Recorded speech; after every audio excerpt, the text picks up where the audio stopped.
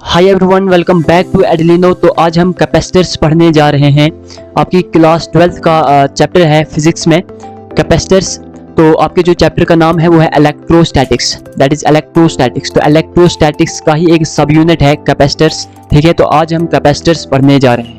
अगर आप नीट के लिए पढ़ रहे हो या फिर जेडब्ल्यू के लिए पढ़ रहे हो तो आप दोनों बच्चों के लिए ये लेक्चर काफ़ी इंपॉर्टेंट होने वाला है, क्योंकि आज के इस लेक्चर में हम सारे के सारे फार्मूले, सारे के सारे इंपॉर्टेंट कॉन्सेप्ट्स डिस्कस करने वाले हैं। तो आज के इस वन शॉट लेक्चर में हम कैपेसिटर के सारे कॉन्सेप्ट्स और सारे के सारे फार्मूले पढ़ने वाले हैं, और आपको हम माइंड मैप्स भी देंगे जिनको आप क्विक रिवीजन के लिए यूज कर सकते हो, ठीक है। तो चलिए स्टार्ट करते हैं लेक्चर को। तो आपके चैप्टर का नाम है कैपेसिटर्स, ठीक है। सबसे पहला टॉपिक जो है वो है कैपेसिटेंस। देखो, कैपेसिटेंस जो होता है उसको हम सी से रिप्रेजेंट करते हैं। कैपेसिटेंस जो होता है उसको हम सी से रिप्रेजेंट करते हैं।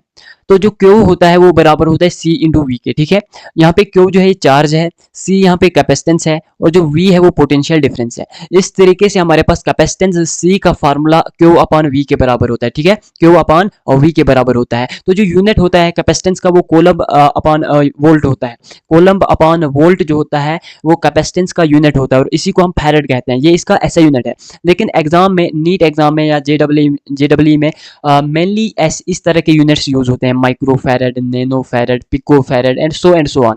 तो माइक्रो फैरेड ये मोस्ट कॉमनली यूज, ठीक है, ये कॉमनली यूज होते हैं, कॉमनली यूज होते हैं ये वाले यूनिट, ठीक है। माइक्रो फैरेड जो होता है वो 10 की पावर -6 फैरेड के बराबर होता है। नैनो फैरेड जो होता है वो 10 की पावर -9 फैरेड के बराबर होता है, ठीक है। उसके बाद कैपेसिटेंस हमने पढ़ना है स्फेरिकल कंडक्टर का, ठीक है। स्फेरिकल कंडक्टर का कैपेसिटेंस पढ़ना है। स्फेरिकल कंडक्टर को हो या स्फेरिकल कैपेसिटर को हो, एक ही बात है। कैपेसिटर की जो प्रॉपर्टी होती है वो भी एक कंडक्टर ही होता है, बस इसकी एक प्रॉपर्टी होती है कि ये चार्ज को स्टोर करता है, ठीक है। तो जो स्फेरिकल कैपेसिटर का कैपेसिटेंस होता है उसका फार्मूला है C = 4 पाई एप्सिलॉन नॉट और 4 पाई एप्सिलॉन नॉट और, ठीक है। तो इसका मतलब हुआ कि जो कैपेसिटेंस होता है स्फेरिकल कैपेसिटर का वो डिपेंड किस पे करता है, रेडियस पे डिपेंड करता है। किस पे डिपेंड करता है? Directly proportional to radius R, क्योंकि यहाँ पे 4 कांस्टेंट है, पाई कांस्टेंट है, एप्सिलॉन नॉट कांस्टेंट है। तो अल्टीमेटली जो कैपेसिटेंस है वो रेडियस पे डिपेंड कर रहा है, वो रेडियस पे डिपेंड कर रहा है। उसके बाद यहाँ पे एक टॉपिक है हमारे पास, ये टॉपिक नहीं है वैसे, एक स्टैंडर्ड कॉन्सेप्ट है। ये स्टैंडर्ड कॉन्सेप्ट है हमारे पास, क्योंकि इस तरह के न्यूमेरिकल्स नीट एग्जाम में पूछे गए हैं और आगे भी पूछे जाने की प्रोबेबिलिटी है। तो इस तरह के क्वेश्चंस अगर पूछे जाएंगे कि आपके पास n नंबर ऑफ कैपेसिटर्स दिए हैं, आपके पास n नंबर ऑफ कैपेसिटर्स दिए हैं, और हर एक कैपेसिटर का जो चार्ज है वो क्यू है, और हर एक कैपेसिटर का रेडियस स्मॉल r है, हर एक कैपेसिटर का पोटेंशियल डिफरेंस v है, और कैपेसिटी यानी कैपेसिटेंस c है, ठीक है।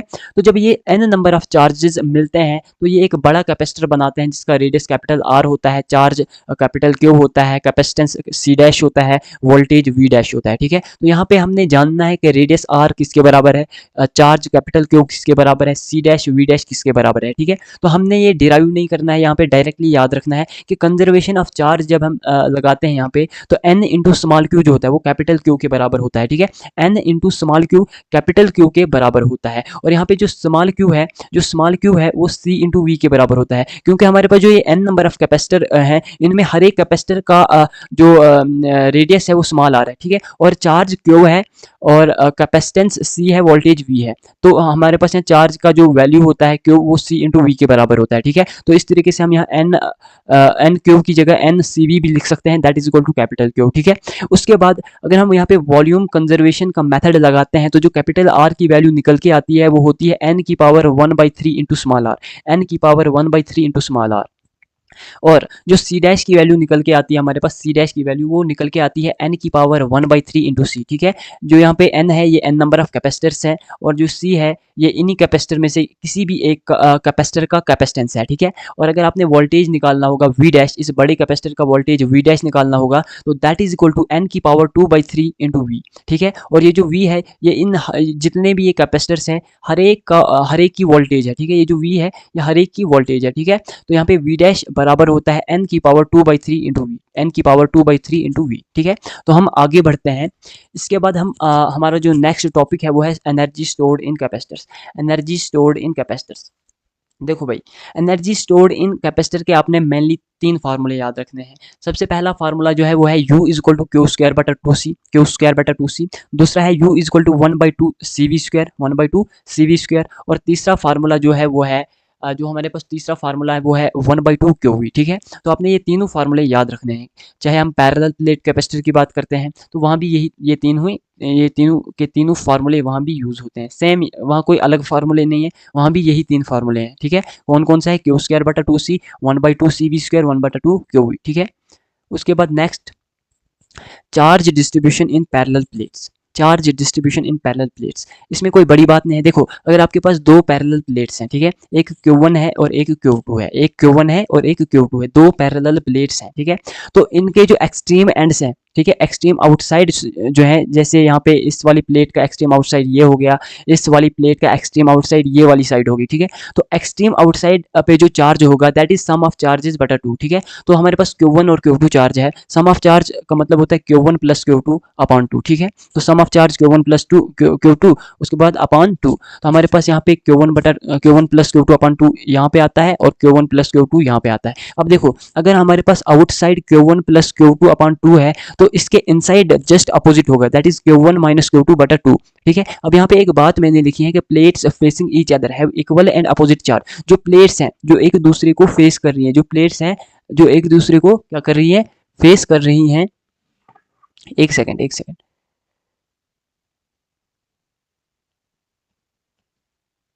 जो प्लेट्स एक दूसरे को फेस कर रही हैं, जैसे ये प्लेट इसको फेस कर रही है, तो इनके इनसाइड जो है, दोनों प्लेट्स के इनसाइड जो है वो इक्वल एंड अपोजिट चार्ज होगा। दोनों प्लेट्स के इनसाइड जो है वो इक्वल एंड अपोजिट चार्ज होगा। जैसे यहाँ पे Q1 माइनस Q2 अपॉन 2 है, ठीक है, और इसके जस्ट अपोजिट जो है वो minus of Q1 minus Q2 upon 2 है, ठीक है, minus of Q1 minus Q2 upon 2 है, ठीक है।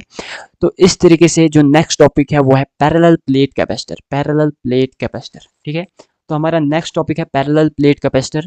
आपने याद रखना है पैरेलल प्लेट कैपेसिटर का जो कैपेसिटेंस होता है, इसका जो कैपेसिटेंस होता है C, वो बराबर होता है epsilon not A by D के। किसके बराबर होता है? Epsilon not A by D के बराबर होता है, epsilon not A by D के बराबर होता है। पैरेलल प्लेट कैपेसिटर का capacitance epsilon not A by D के बराबर होता है, और ये तभी होता है जब प्लेट्स के बीच में एयर होगी, वैक्यूम होगा, या एयर होगी या वैक्यूम होगा, ठीक है।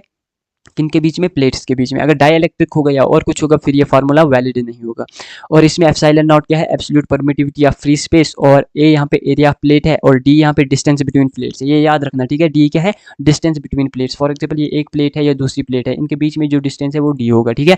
और इलेक्ट्रिक फील्ड की अगर हम बात करें, देखो जो पैरेलल प्लेट कैपेसिटर है, उस जो पैरेलल प्लेट कैपेसिटर्स होती है उनमें हर एक प्लेट जो है ना, उसको हम मानते हैं कि वो इनफाइनाइट है, वो इनफाइनाइटली लार्ज शीट है। तो इनफाइनाइटली लार्ज शीट के लिए हमें पता होता है इलेक्ट्रिक फील्ड का फार्मूला सिग्मा बटा 2 एप्सिलॉन नॉट, ठीक है।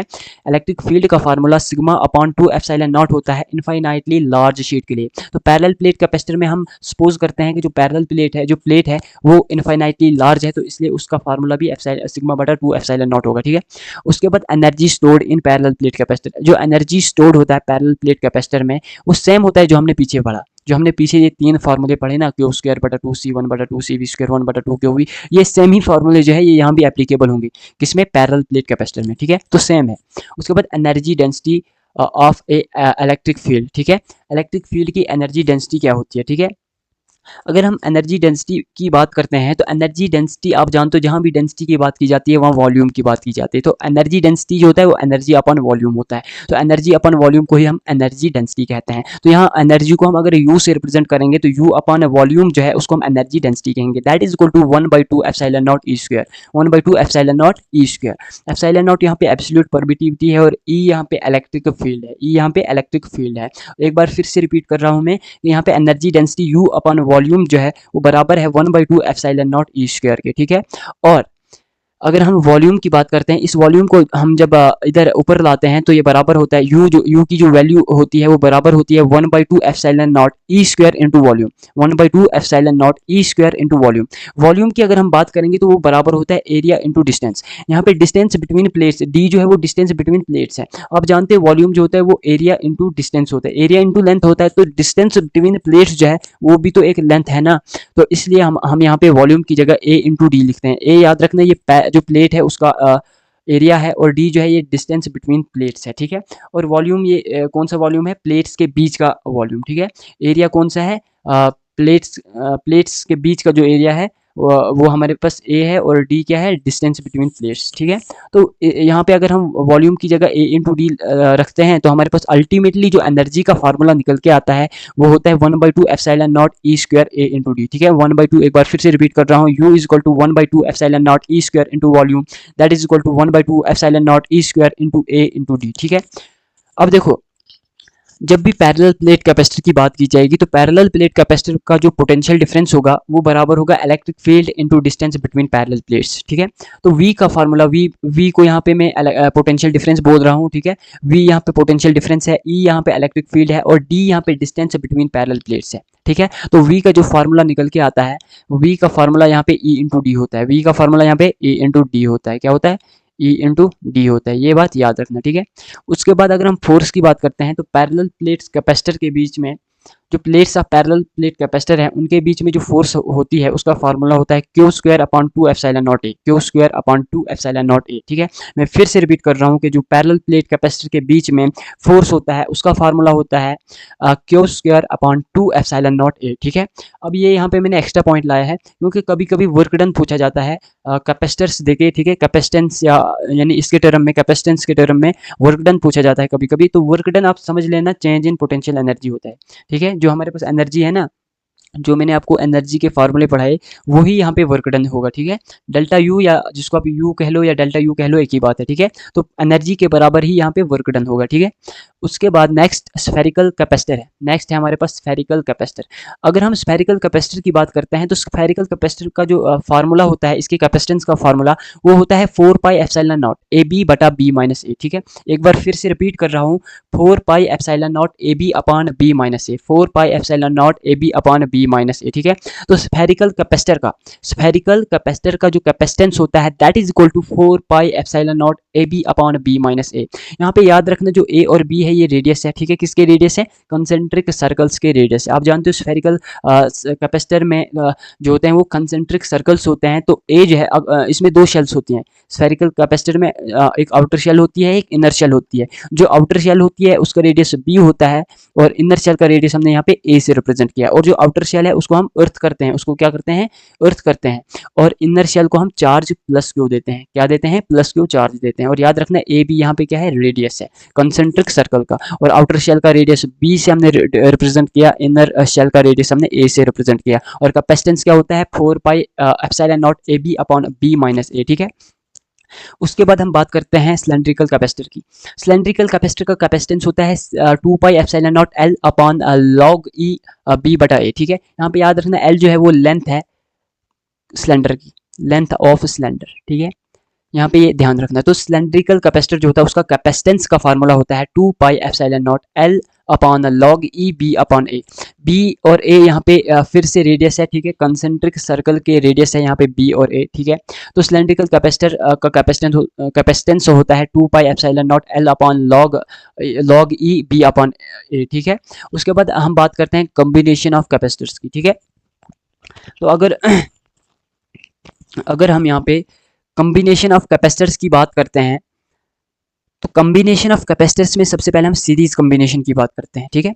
अगर जब हम करंट इलेक्ट्रिसिटी पढ़ेंगे ना, करंट इलेक्ट्रिसिटी में हम रेजिस्टर की कॉम्बिनेशन करते हैं, वो भी सीरीज में भी करते हैं और पैरेलल में भी करते हैं। उसी तरीके से जो कैपेसिटर्स होते हैं इनको भी हम कंबाइन करते हैं, सीरीज में भी करते हैं, पैरेलल में भी करते हैं। लेकिन यहाँ पे ध्यान रखना कि जो रेजिस्टर्स में फार्मूले होते हैं सीरीज में और पैरेलल में वो अपोजिट होते हैं कैपेसिटर के फार्मूले के, ठीक है। जो कैपेसिटर, जैसे हमारे पास यहाँ कैपेसिटर का इक्विवेलेंट कैपेसिटेंस क्या है सीरीज में 1/C1 + 1/C2 + 1/C3। लेकिन अगर हम रेजिस्टर्स की बात करेंगे तो रेजिस्टर में अगर हम सीरीज कॉम्बिनेशन की बात करेंगे तो वहाँ पे R इक्विवेलेंट होगा R1 + R2 + R3। खैर हमें इस पे उतना जाना नहीं है, जब हम करंट इलेक्ट्रिसिटी पढ़ेंगे तो उस वक्त आपको ये पता चल जाएगा, ठीक है। फिलहाल आप यहाँ पे फोकस करो। तो जब भी सीरीज कॉम्बिनेशन ऑफ कैपेसिटर की हम बात करते हैं तो चार्ज क्यू जो होता है वो सेम रहता है। और सीरीज कॉम्बिनेशन ऑफ कैपेसिटर में जो पोटेंशियल डिफरेंस V होता है वो डिस्ट्रीब्यूट होता है। पोटेंशियल यानी वोल्टेज जो होती है वो डिस्ट्रीब्यूट होती है। और डिस्ट्रीब्यूट कैसे होती है, V1 + V2। जैसे मैं आपको समझाता हूँ, एक सेकंड, ऐसे आपको समझ नहीं आएगा। फॉर एग्जांपल हम सीरीज में कैसे इसको कनेक्ट करते हैं कैपेसिटर्स को, ऐसे, ठीक है। ये हमने C1 capacitor, C2 capacitor, C3 capacitor, C3 capacitor को सीरीज में कनेक्ट किया। अब देखो मैंने कहा कि सीरीज में चार्ज सेम होता है। अगर सीरीज में चार्ज सेम होता है तो इसमें से भी क्यू चार्ज पास होगा, इसमें से भी क्यू होगा, इसमें से भी क्यू, इसमें से भी क्यू चार्ज। मैंने कहा कि जो सीरीज होता है, सीरीज कॉम्बिनेशन में वोल्टेज जो होता है वो डिस्ट्रीब्यूटेड होता है। इसका मतलब इसके पास V1 वोल्टेज होगा, इसके पास V2, इसके पास V3, इसके पास V4, और जो नेट वोल्टेज होगा वो V1 plus V2 plus V3 plus V4 के बराबर होगा। तो सेम चीज़ें मैंने यहाँ पे भी लिखी है कि क्यू जो होता है चार्ज सेम रहता है, वोल्टेज V डिस्ट्रीब्यूटेड होता है और V1 plus V2 plus V3 के बराबर होता है, और जो इक्विवेलेंट कैपेसिटेंस होता है that is 1 upon C equivalent is equal to 1 बटा C1 plus 1 upon C2 plus 1 upon C3 and so on. ठीक है, तो यहाँ पे कैपेसिटेंस का फार्मूला, इक्विवेलेंट कैपेसिटेंस का फार्मूला आपने याद रखना है। ठीक है, उसके बाद अगर हम स्पेशल केसेस की बात करें सीरीज कॉम्बिनेशन में, ये तो जनरल फार्मूला हो गया, ये आपने याद रखना ही रखना है कि 1 upon C equivalent is equal to 1 upon C1 plus 1 upon C2 plus 1 upon C3, ये जनरल फार्मूला है।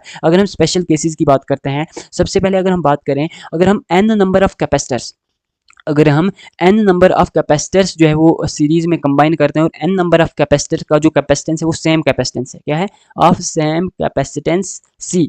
ठीक है, मान लो इन सभी n नंबर ऑफ कैपेसिटर का जो कैपेसिटेंस है वो C है, वो क्या है, वो C है।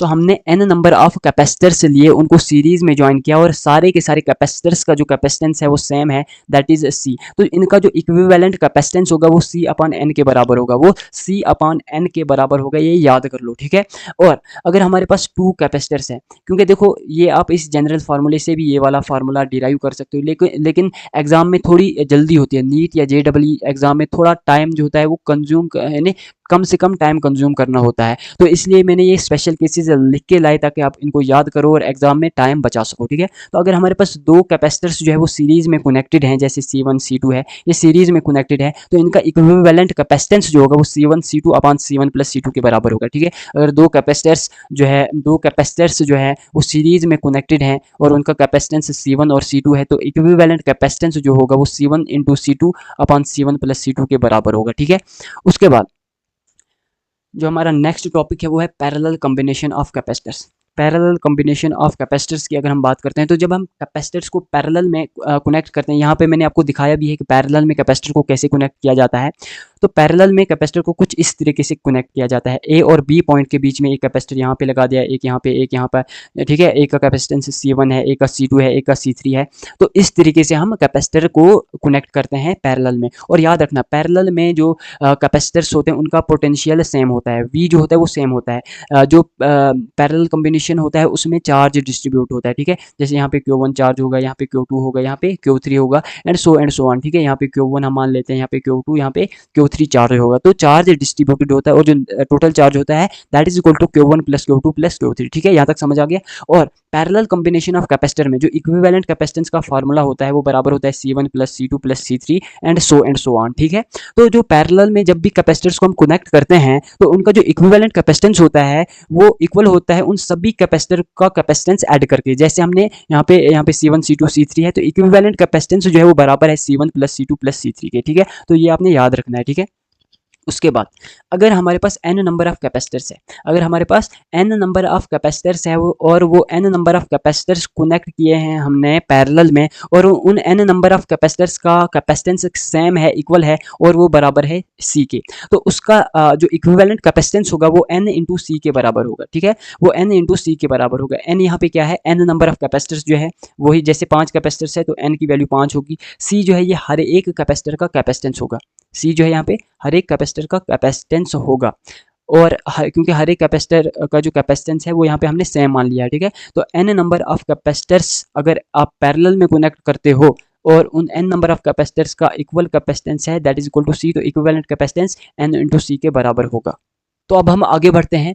देखो यहाँ पे थोड़ा सा एक कॉन्सेप्ट आ रहा है कि अगर हमारे पास पॉइंट 1 है और पॉइंट 2 है, अगर ये किसी वायर से कनेक्टेड है, ठीक है, वायर से कनेक्टेड है, तो इस पॉइंट 1 और 2 के बीच में अगर कोई भी रेजिस्टर नहीं है, कोई भी कैपेसिटर नहीं है, कोई भी इंडक्टर नहीं है, या कोई भी यानी सर्किट नहीं है, अगर इस इन दो पॉइंट 1 और 2 के बीच में कोई भी सर्किट नहीं है, कहने का मतलब है कोई भी बैटरी नहीं है, रेजिस्टर नहीं है, कैपेसिटर नहीं है, इंडक्टर नहीं है, तो जो पॉइंट 1 का पोटेंशियल होगा वही पॉइंट 2 का भी पोटेंशियल होगा, यानी V1 जो है वो V2 के बराबर होगा। ठीक है, 1 और 2 का पोटेंशियल सेम होगा। देखो जब हम series and parallel combination of capacitor को जो है वो सॉल्व करते हैं तो वहाँ पे ये कॉन्सेप्ट यूज होता है, ठीक है। जब आप सीरीज कॉम्बिनेशन ऑफ कैपेसिटर्स और पैरेलल कॉम्बिनेशन ऑफ कैपेसिटर के न्यूमेरिकल सॉल्व करोगे ना, वहाँ पे ये कॉन्सेप्ट बहुत यूज होगा, ठीक है। तो याद रखना, जब भी किसी दो पॉइंट्स के बीच में कैपेसिटर नहीं होता है, इंडक्टर नहीं होता है, कोई भी सर्किट नहीं होता, if there is no circuit between point 1 and 2, then इन दोनों का जो वोल्टेज होगा, पोटेंशियल डिफरेंस होगा, वो सेम होगा, ठीक है। और इसी मेथड को हम पोटेंशियल मेथड कहते हैं, ठीक है, इसको हम पोटेंशियल मेथड कहते हैं।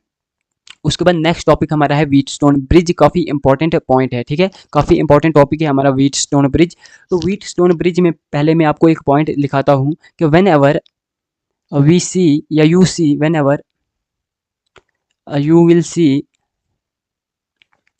5 capacitors or 5 resistors in exam, then check whether it is Wheatstone or not, it is Wheatstone bridge or not।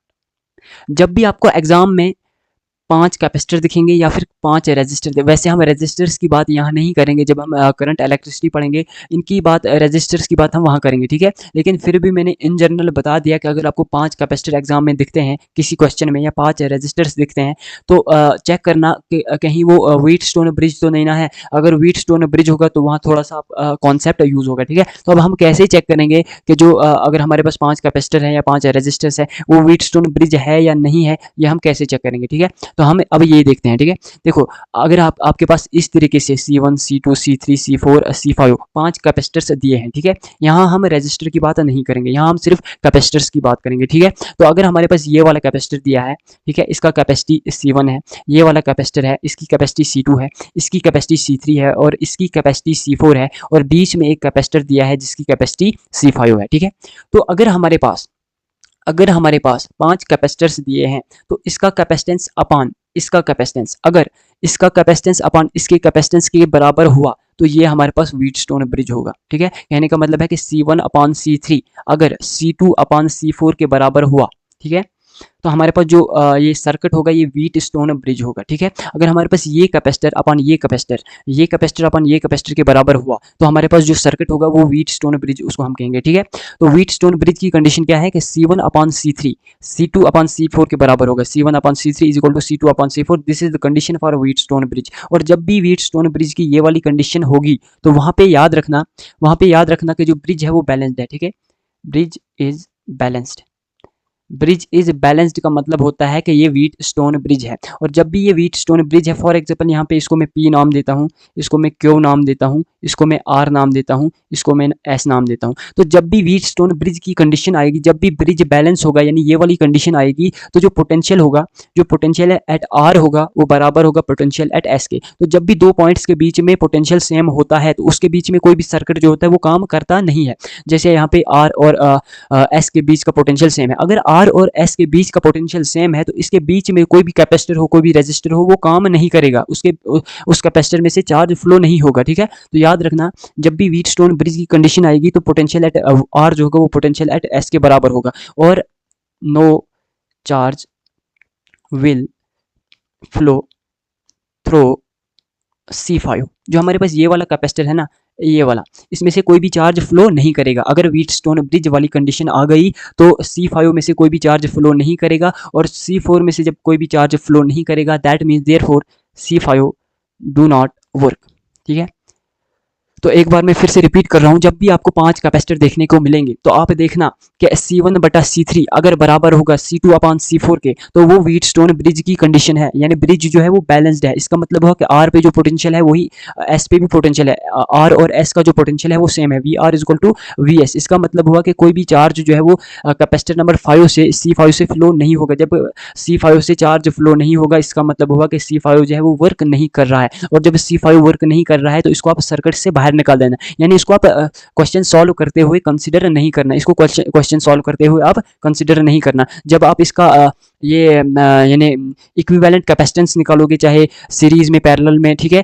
तो इस वाले कैपेसिटेंस को आप यूज नहीं करोगे, इस वाले कैपेसिटेंस को आप काउंट नहीं करोगे, कंसीडर नहीं करोगे, ठीक है। तो जब भी व्हीटस्टोन ब्रिज वाली कंडीशन आएगी तो आपने C5 को काउंट नहीं करना है, directly C1 C2 C3 C4 को सॉल्व करना है, ठीक है। तो ये हमारे पास व्हीटस्टोन ब्रिज हो गया, ठीक है। उसके बाद नेक्स्ट टॉपिक जो हमारे पास है वो है die electric slab.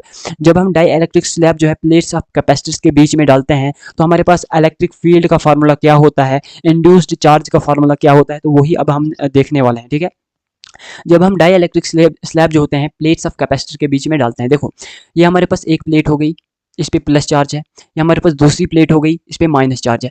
Plus plate पे, पॉजिटिव प्लेट पे अगर सरफेस चार्ज डेंसिटी की बात की जाए तो इस पे plus sigma surface charge density है। जो नेगेटिव प्लेट है इस पे माइनस सिग्मा जो है वो सरफेस चार्ज डेंसिटी है, ठीक है। और जो इनके बीच में इलेक्ट्रिक फील्ड है उसको हम ई नॉट से रिप्रेजेंट कर रहे हैं। जो इन प्लेट्स ऑफ कैपेसिटर के बीच में इलेक्ट्रिक फील्ड है उसको मैं ई नॉट से रिप्रेजेंट कर रहा हूँ। और आप जानते हो कि इलेक्ट्रिक फील्ड हमेशा पॉजिटिव से नेगेटिव की तरफ होती है। कहाँ से होती है? पॉजिटिव से नेगेटिव की तरफ होती है। तो इनके बीच में जो इलेक्ट्रिक फील्ड है वो ई नॉट है और वो पॉजिटिव से नेगेटिव की तरफ है, ठीक है। और जब हम इसके बीच में प्लेट्स ऑफ कैपेसिटर के बीच में डाइलेक्ट्रिक लाते हैं तो उस डाइलेक्ट्रिक का कुछ डाइलेक्ट्रिक कांस्टेंट होगा। तो इसका जो डाइलेक्ट्रिक कांस्टेंट है हम मान लेते हैं कि वो K के बराबर है। इस डाइलेक्ट्रिक स्लैब का डाइलेक्ट्रिक कांस्टेंट हम K के बराबर मान लेते हैं, ठीक है।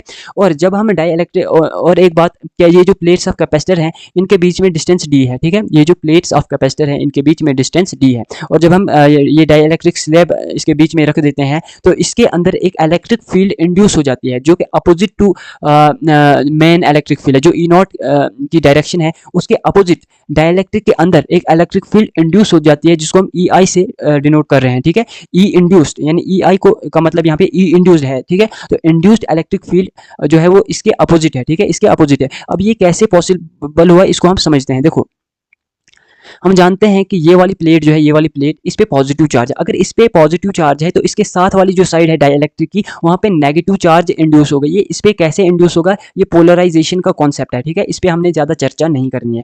ये जो नेगेटिव प्लेट है, इस नेगेटिव प्लेट के साथ वाली साइड जो है डाइलेक्ट्रिक की, तो वहाँ पे पॉजिटिव चार्ज इंड्यूस होगा ड्यू टू पोलराइजेशन, ठीक है, पोलराइजेशन कॉन्सेप्ट से। तो आप जानते हो कि इलेक्ट्रिक फील्ड की डायरेक्शन पॉजिटिव से नेगेटिव होती है, ठीक है। तो डाइलेक्ट्रिक के अंदर जो है वो इलेक्ट्रिक फील्ड की डायरेक्शन कुछ इस तरीके से होगी, आप देख रहे हो, इस तरीके से होगी, पॉजिटिव से लेकर नेगेटिव तक, ठीक है, पॉजिटिव से नेगेटिव की तरफ। और उसको हम EI से रिप्रेजेंट कर रहे हैं, यानी इंड्यूस्ड इलेक्ट्रिक फील्ड से रिप्रेजेंट कर रहे हैं, जो कि इस वाली इलेक्ट्रिक फील्ड के अपोजिट है। कौन सी इलेक्ट्रिक फील्ड के अपोजिट है? जो हमारे पास प्लेट्स ऑफ कैपेसिटर के बीच की इलेक्ट्रिक फील्ड है उसके अपोजिट है, ठीक है। तो यहाँ तक आपको समझ आ गया होगा। अब हम इसके फॉर्मूले देखते हैं। देखो अगर हम नेट इलेक्ट्रिक फील्ड की बात करते हैं, एक सेकेंड, अगर हम नेट इलेक्ट्रिक फील्ड की बात करते हैं तो जो नेट इलेक्ट्रिक फील्ड यहाँ पे होगी वो E0 माइनस E इंड्यूस्ड होगी, ठीक है। जो नेट इलेक्ट्रिक फील्ड यहाँ पे होगी, नेट, एक सेकेंड,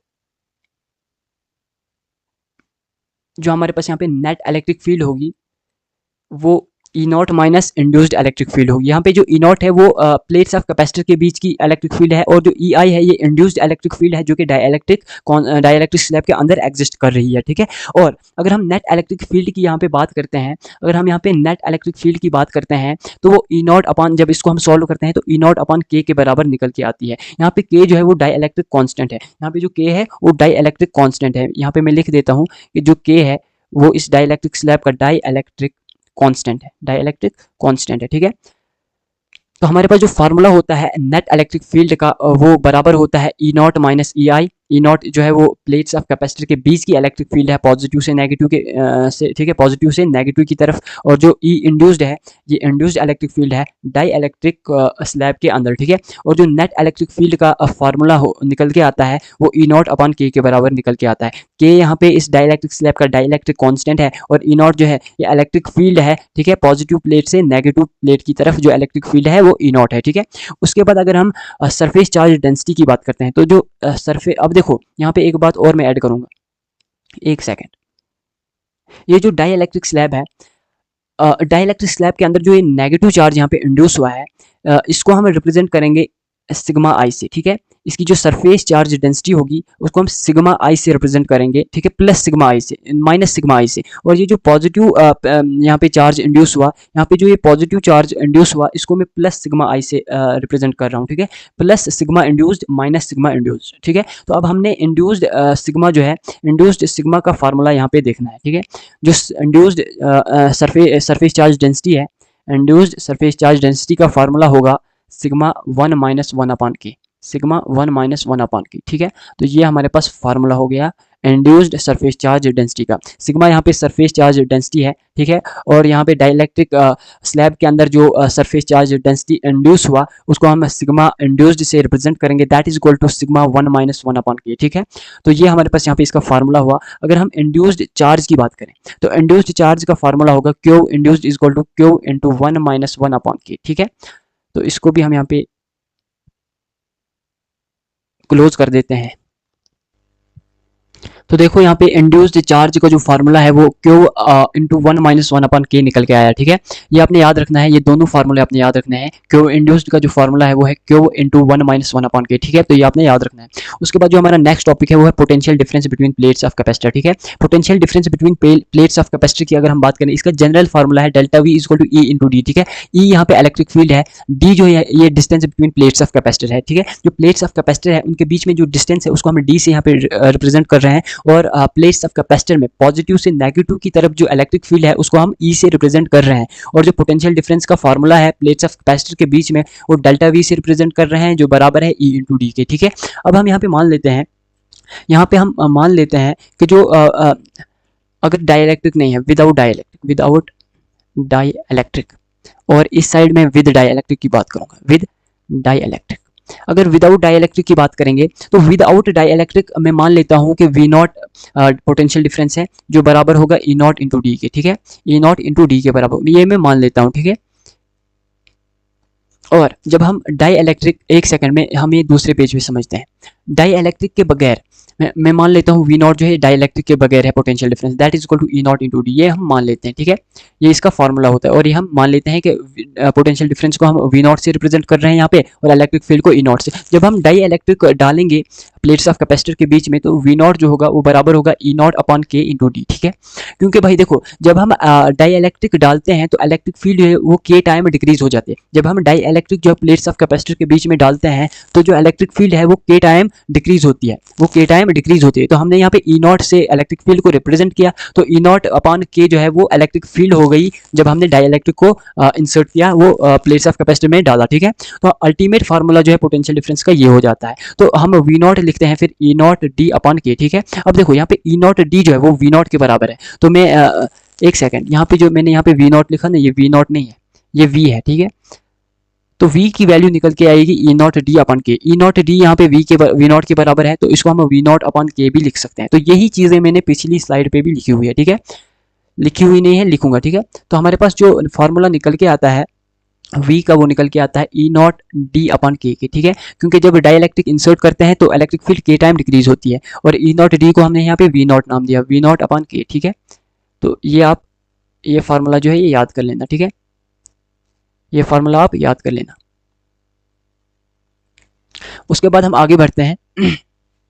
जो नेक्स्ट टॉपिक है हमारा वो है capacitance of parallel plate capacitor. देखो, हम जानते हैं कि कैपेसिटेंस C का फार्मूला होता है Q upon V, Q upon V। Capacitance C का फार्मूला होता है Q अपॉन V। मान लो अगर डाइइलेक्ट्रिक नहीं है, तो अगर डाइइलेक्ट्रिक नहीं है तो हम कैपेसिटेंस को मान लेते हैं C नॉट से रिप्रेजेंट करते हैं, ठीक है, C नॉट से, और वोल्टेज को V नॉट से रिप्रेजेंट करते हैं, ठीक है। मान लो, अरे भाई आप जानते हो कि कैपेसिटेंस का फार्मूला Q अपॉन V होता है, तो V को V नॉट से रिप्रेजेंट करो, C को C नॉट से रिप्रेजेंट करो, कोई भी प्रॉब्लम नहीं है, ठीक है।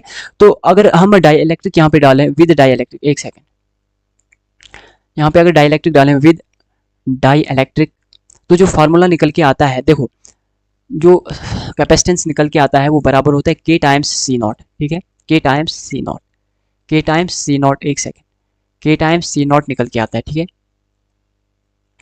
तो जब हम डाइइलेक्ट्रिक जो है प्लेट्स ऑफ कैपेसिटर के बीच में डालते हैं तो जो कैपेसिटेंस C होता है वो K टाइम इंक्रीज हो रहा है, देखो इलेक्ट्रिक फील्ड डिक्रीज हो रही थी के टाइम, पोटेंशियल डिक्रीज हो रहा था के टाइम, लेकिन कैपेसिटेंस सी जो है वो के टाइम इंक्रीज हो रहा है, ठीक है। तो यहाँ पे सी नॉट की वैल्यू है क्यू अपॉन वी नॉट, ठीक है। और सी नॉट क्या है, कैपेसिटेंस विदाउट डाइइलेक्ट्रिक, ठीक है। और सी क्या है, capacitance of parallel plate capacitor when dielectric is inserted, ठीक है। और दैट इज के टाइम्स सी नॉट, के यहाँ पे डाइइलेक्ट्रिक कांस्टेंट है, सी नॉट क्या है, ये सी नॉट वो कैपेसिटेंस है जब डाइइलेक्ट्रिक कांस्टेंट नहीं होता है, ठीक है। उसके बाद अगर हम मेटल या फिर कंडक्टर यूज करते हैं, डाइइलेक्ट्रिक की जगह, डाइइलेक्ट्रिक स्लैब की जगह हम क्या करते हैं, मेटल यूज करते हैं या फिर कंडक्टर यूज करते हैं, ठीक है। तो जब भी डाइइलेक्ट्रिक स्लैब यानी इंसुलेटर की जगह हम मेटल या फिर कंडक्टर यूज करते हैं तो उस केस में इलेक्ट्रिक फील्ड क्या होती है, इंड्यूस्ड सिग्मा क्या होता है, वो हम देखेंगे। अब देखो जो मेटल होता है ना, मेटल का जो डाइइलेक्ट्रिक कांस्टेंट होता है वो इनफाइनाइट होता है। अगर मेटल का डाइइलेक्ट्रिक कांस्टेंट इनफाइनाइट होगा तो नेट इलेक्ट्रिक फील्ड जीरो के बराबर होगी, क्योंकि जो इलेक्ट्रिक फील्ड होता है वो ई नॉट अपॉन के बराबर होता है। जो नेट इलेक्ट्रिक फील्ड होती है वो ई नॉट अपॉन के बराबर होती है। अगर के इनफाइनाइट होगा, तो अल्टीमेटली जो नेट इलेक्ट्रिक फील्ड है वो जीरो के बराबर होगी, ठीक है, वो जीरो के बराबर होगी। तो इसीलिए यहाँ पे मैंने नेट इलेक्ट्रिक फील्ड जीरो लिखी है, ठीक है। और याद रखना जब भी मेटल या कंडक्टर इंसर्ट किया जाएगा प्लेट्स ऑफ कैपेसिटर के बीच में, तो इंड्यूस्ड सिग्मा जो होगा वो सिग्मा के बराबर होगा, ठीक है। यानी जो इंड्यूस्ड सरफेस चार्ज डेंसिटी है वो नॉर्मल सरफेस चार्ज डेंसिटी के बराबर होगा, और जो ई नॉट है वो ई आई के बराबर होगा, वो इंड्यूस्ड इलेक्ट्रिक फील्ड के बराबर होगा। यानी जो प्लेट ऑफ कैपेसिटर के बीच में इलेक्ट्रिक फील्ड है वही वो बराबर होगी उस इलेक्ट्रिक फील्ड के जो डाई इलेक्ट्रिक यानी मेटल के अंदर है, ठीक है। यहाँ पे डाई इलेक्ट्रिक नहीं है, यहाँ पे मेटल है। जो इलेक्ट्रिक फील्ड मेटल के अंदर इंड्यूस होगी ई आई, वो बराबर होगी ई नॉट के, और ई नॉट क्या है, electric field between plates of capacitor, ठीक है। उसके बाद जब हम डाइइलेक्ट्रिक इंसर्ट करते हैं पार्शियली, यानी पूरा का पूरा जो कैपेसिटर के बीच में डिस्टेंस डी होता है, इस पूरे डिस्टेंस में हम डाइइलेक्ट्रिक इंसर्ट नहीं करते हैं, इसके कुछ डिस्टेंस में जो है वो डाइइलेक्ट्रिक इंसर्ट करते हैं। मान लीजिए हमारे पास ये दो प्लेट्स है कैपेसिटर की, ये दो प्लेट्स कैपेसिटर की है, इनके बीच में डिस्टेंस डी है। तो जो हम डाइइलेक्ट्रिक इंसर्ट करेंगे वो उसकी थिकनेस डी नहीं होगी। अगर उसकी थिकनेस मान लो सिर्फ टी है, जो डी से थोड़ी कम है, तो इस केस में जो कैपेसिटेंस होगा उसका फार्मूला क्या होगा वो हम देखेंगे, ठीक है। तो इस केस में जो कैपेसिटेंस का फार्मूला होगा वो होगा epsilon not a upon D minus T plus T upon K, ठीक है। यहाँ पे याद रखना कि हमने डाइइलेक्ट्रिक जो है वो इंसर्ट किया जिसकी थिकनेस क्या है, टी है। उस डाइइलेक्ट्रिक की थिकनेस टी है जो डी से कम है, ठीक है, जो डी से कम है। तो याद रखना जब भी हम डाइइलेक्ट्रिक को पार्शियली इंसर्ट करते हैं तो कैपेसिटेंस का फार्मूला निकल के आता है epsilon not a upon D minus T plus T upon के। टी यहाँ पे क्या है, उस डाइइलेक्ट्रिक की थिकनेस है जो टी से यानी डी से कम है, ठीक है। अगर हम कैपेसिटेंस जो है ने capacitance if two dielectric of thickness T1 and T2 are partially inserted, तो उस केस में कैपेसिटेंस क्या होगा, अगर हम दो डाइइलेक्ट्रिक इंसर्ट करते हैं पैरेलल प्लेट्स के बीच में जिसकी थिकनेस T1 है और T2 है। हमारे पास दो डाइइलेक्ट्रिक्स है, एक की थिकनेस T1 है, एक की थिकनेस T2 है। अगर इन दोनों डाइइलेक्ट्रिक्स को हम पार्शियली फिल करते हैं, पार्शियली इंसर्ट करते हैं दो पैरेलल प्लेट्स के बीच में, पैरेलल प्लेट कैपेसिटर के बीच में, तो उस केस में कैपेसिटेंस क्या होगा, तो जो उस केस में कैपेसिटेंस होगा उसका फार्मूला है epsilon not a upon D minus T1 minus T2 plus T1 by K1 plus T2 by K2। तो इसको आप ज़बानी याद कर लेना, ठीक है। ये जो फार्मूला है इसको ज़बानी याद कर लेना। यहाँ पे T1 जो है ये पहले डाइइलेक्ट्रिक की थिकनेस है, K1 जो है उसी डाइइलेक्ट्रिक का डाइइलेक्ट्रिक कांस्टेंट है, T2 यहाँ पे दूसरे डाइइलेक्ट्रिक की थिकनेस है और K2 उसी डाइइलेक्ट्रिक की डाइइलेक्ट्रिक कांस्टेंट है, ठीक है। तो इसका अल्टीमेट फार्मूला जो हो जाता है, इसका जो अल्टीमेट फार्मूला है वो होता है C is equal to epsilon not A D minus T1 minus T2 plus T1 by K1 plus T2 by K2, ठीक है। तो इसको आप इस ज़बानी याद कर लेना, epsilon not a upon D minus T1 minus T2 plus T1 by K1 plus T2 by K2, ठीक है। तो इसका फार्मूला हो जाता है।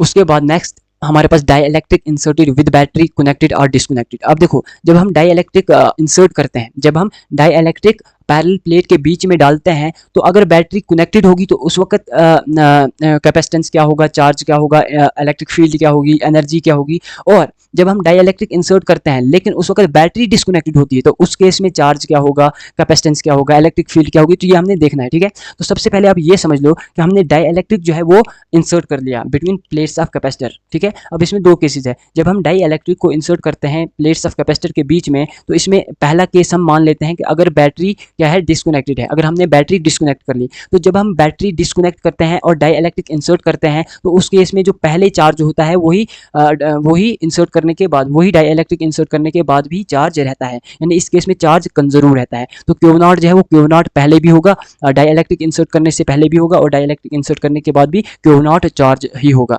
इस केस में अगर हम C0 कैपेसिटेंस की बात करें तो कैपेसिटेंस के टाइम इंक्रीज होता है, तो कैपेसिटेंस आफ्टर जो है वो K इंटू C0 के बराबर होता है, ठीक है। अगर हम इलेक्ट्रिक फील्ड की बात करते हैं तो बिफोर हम मान लेते हैं इलेक्ट्रिक फील्ड E0, तो बाद में E0 बाई K हो जाती है। पोटेंशियल डिफरेंस हम पहले V0 मान लेते हैं तो बाद में V0 by K potential difference हो जाता है। अगर एनर्जी जो है वो U0 होती है पहले, तो बाद में U0 बाई K एनर्जी होती है, ठीक है। तो इसका मतलब हुआ चार्ज सेम रहा, पहले भी इंसर्ट करने से पहले भी और बाद में चार्ज जो है वो सेम रहा। और कैपेसिटेंस के टाइम इंक्रीज हुआ, इलेक्ट्रिक फील्ड के टाइम डिक्रीज हुई, पोटेंशियल के टाइम डिक्रीज हुई, ठीक है। पोटेंशियल के टाइम डिक्रीज हुआ यहाँ पे, और एनर्जी जो है वो भी के टाइम डिक्रीज हुई। अब दूसरा केस देखते हैं जहाँ पे हमने डाई इलेक्ट्रिक स्लैब जो है वो कनेक्ट किया, डाई इलेक्ट्रिक स्लैब जो है वो प्लेट्स ऑफ कैपेसिटर के बीच में डाला, इंसर्ट किया, और बैटरी कनेक्टेड ही रही, यानी बैटरी को हमने डिस्कनेक्ट नहीं किया, बैटरी रिमेन्स कनेक्टेड। जब बैटरी जो है वो कनेक्टेड ही थी और हमने डाई इलेक्ट्रिक स्लैब जो है वो इंसर्ट किया, तो उस केस में याद रखना पोटेंशियल डिफरेंस सेम रहेगा, पोटेंशियल डिफरेंस कंजर्व रहेगा, यानी डाई इलेक्ट्रिक इंसर्ट करने से पहले भी पोटेंशियल डिफरेंस वही है और डाई इलेक्ट्रिक इंसर्ट करने के बाद भी पोटेंशियल डिफरेंस वही रहेगा, ठीक है। तो V0 जो है वो V0 पहले भी था, बाद में भी V0 ही रहेगा। तो अगर V0 पहले सेम था, बाद में भी सेम है, तो इलेक्ट्रिक फील्ड भी सेम रहेगी, ठीक है। इलेक्ट्रिक फील्ड जो इंसर्ट करने से पहले थी वही इलेक्ट्रिक फील्ड बाद में भी रहेगी। तो दो चीज़ें आप याद रख लो कि पोटेंशियल डिफरेंस और इलेक्ट्रिक फील्ड सेम रहेगी इन केस ऑफ जब बैटरी कनेक्टेड होती है। जब बैटरी कनेक्टेड होती है और हम डाई इलेक्ट्रिक इंसर्ट करते हैं तो उस केस में इलेक्ट्रिक फील्ड और पोटेंशियल डिफरेंस सेम रहता है। इस केस में जो कैपेसिटेंस होता है, कैपेसिटेंस का याद रखना, ये हमेशा के टाइम इंक्रीज होता है। तो कैपेसिटेंस इस केस में के टाइम इंक्रीज हो रहा है, ठीक है। और इसका फार्मूला K इंटू C0 होता है, ठीक है। और Q0 भी के टाइम इंक्रीज हो रहा है और के Q0 आफ्टर है, ठीक है। बिफोर यहाँ पे U0 एनर्जी है और आफ्टर के U0 है, ठीक है। तो एक बार मैं इसको फिर से रिपीट कर रहा हूँ, देखो यहाँ पे बिफोर है, बिफोर का मतलब है डाइलेक्ट्रिक इंसर्ट करने से पहले, आफ्टर का मतलब है डाई इलेक्ट्रिक इंसर्ट करने के बाद। तो बिफोर अगर V0 है तो आफ्टर भी V0 ही होगा। अगर बिफोर E0 इलेक्ट्रिक फील्ड है, आफ्टर भी E0 ही इलेक्ट्रिक फील्ड होगी। अगर बिफोर C0 कैपेसिटेंस है तो आफ्टर जो है वो KC0 इलेक्ट्रिक फील्ड कैपेसिटेंस होगा, यानी के टाइम इंक्रीज हुआ कैपेसिटेंस। अगर बिफोर Q0 चार्ज है तो आफ्टर भी आफ्टर जो है वो Q0 चार्ज होगा, यानी के टाइम इंक्रीज हुआ चार्ज। अगर बिफोर हमारे पास U0 एनर्जी है तो आफ्टर जो एनर्जी होगी वो KU0 होगी, यानी के टाइम एनर्जी भी इंक्रीज हुई। तो यहाँ पे ये टॉपिक कंप्लीट हो जाता है, हमारे चैप्टर का लास्ट टॉपिक बच जाता है यहाँ पे, जो है कॉमन पोटेंशियल और रीडिस्ट्रीब्यूशन ऑफ चार्ज, ठीक है। इसको थोड़े से अच्छे से समझना, ठीक है, इस टॉपिक को थोड़ा अच्छे से समझना। अब देखो कॉमन पोटेंशियल की अगर हम बात करेंगे या डिस्ट्रीब्यूशन ऑफ चार्ज की बात करें, इसमें दो केसेस आते हैं। सबसे पहले अगर हमारे पास दो कंडक्टर है, एक के पास चार्ज Q1 है, एक के पास चार्ज Q2 है, और दोनों कंडक्टर जो है वो सेम है, आइडेंटिकल कंडक्टर्स हैं। इन दोनों कंडक्टर्स को जब हम कंटेक्ट में लाते हैं तो जो दोनों कंडक्टर है उनके पास चार्ज क्या होता है, देखो कंटेक्ट में लाने से पहले दोनों के पास जो टोटल चार्ज है वो Q1 प्लस Q2 है, ठीक है। तो कंटेक्ट में जब हम इन दोनों कंडक्टर्स को कंटेक्ट में लाते हैं तो उसके बाद जो है हाफ चार्ज एक पे जाएगा, हाफ चार्ज दूसरे पे जाएगा, ठीक है। तो Q1 प्लस Q2 अपॉन 2 जो है ये एक कंडक्टर पे जाएगा और Q1 प्लस Q2 अपॉन 2 जो है ये दूसरे कंडक्टर पे जाएगा। ये हो गया पहला केस जब कंडक्टर आइडेंटिकल होंगे। अब दूसरा केस जो है जब कंडक्टर्स जो है दोनों जो है वो आइडेंटिकल नहीं होंगे। भाई जब आइडेंटिकल दोनों नहीं होंगे तो दोनों का रेडियस डिफरेंट होगा, दोनों का कैपेसिटेंस डिफरेंट होगा, दोनों के पास चार्ज डिफरेंट होगा और दोनों का पोटेंशियल भी डिफरेंट होगा। अब देखो जब इन दोनों कंडक्टर्स को, अब देखो सबसे पहले आपने समझना है कि जो पहला कंडक्टर है उसके पास उसका रेडियस R1 है, उसके पास कैपेसिटेंस C1 है, उसके पास चार्ज Q1 है और उसका वोल्टेज V1 है। दूसरे कंडक्टर का रेडियस R2 है, कैपेसिटेंस C2 है, चार्ज Q2 है और पोटेंशियल V2 है। जब इन दोनों को हम कंटेक्ट में लाते हैं तो इनका आपने याद रखना है पोटेंशियल सेम हो जाता है। इनका जो पोटेंशियल होता है वो सेम होता है, इसीलिए इसको हम कॉमन पोटेंशियल कहते हैं और यही हमने पढ़ना था, कॉमन वोल्टेज या कॉमन पोटेंशियल। तो कंटेक्ट में लाने के बाद इनका पोटेंशियल सेम होता है, उसी को हम कॉमन पोटेंशियल कहते हैं। रिप्रेजेंट इसको V से कर रहे हैं हम। तो अगर हम कैपेसिटी की बात करें तो कैपेसिटेंस पहले भी C1 C2 था, बाद में भी C1 C2 ही रहेगा। रेडियस तो सेम ही रहेगा, पहले भी R1 R2 था, बाद में भी R1 R2 रहेगा। बस चार्ज की रिडिस्ट्रीब्यूशन होगी। अगर पहले Q1 था तो बाद में Q1 डैश हो जाएगा, अगर पहले Q2 था तो बाद में Q2 डैश हो जाएगा। बस इतनी सी बात याद रखनी है कि जो पोटेंशियल है वो सेम हो जाएगा और दोनों कैपेसिटर का जो पोटेंशियल है वो सेम हो जाएगा और कैपेसिटेंस सेम रहेगा, रेडियस सेम रहेगा, बस चार्ज डिफरेंट हो जाएगा, ठीक है। चार्ज इसका Q1 डैश, इसका Q2 डैश। अब देखो जो टोटल चार्ज है पहले वही, यानी जितना टोटल चार्ज पहले है उतना ही टोटल चार्ज बाद में भी रहेगा। बस डिफरेंस क्या है कि उधर चार्ज की रीडिस्ट्रीब्यूशन हो जाएगी, यानी पहले अगर इसके पास ज़्यादा चार्ज था, हो सकता है बाद में इसके पास कम चार्ज हो, ठीक है। तो इसका फार्मूला अगले पेजेस पे है।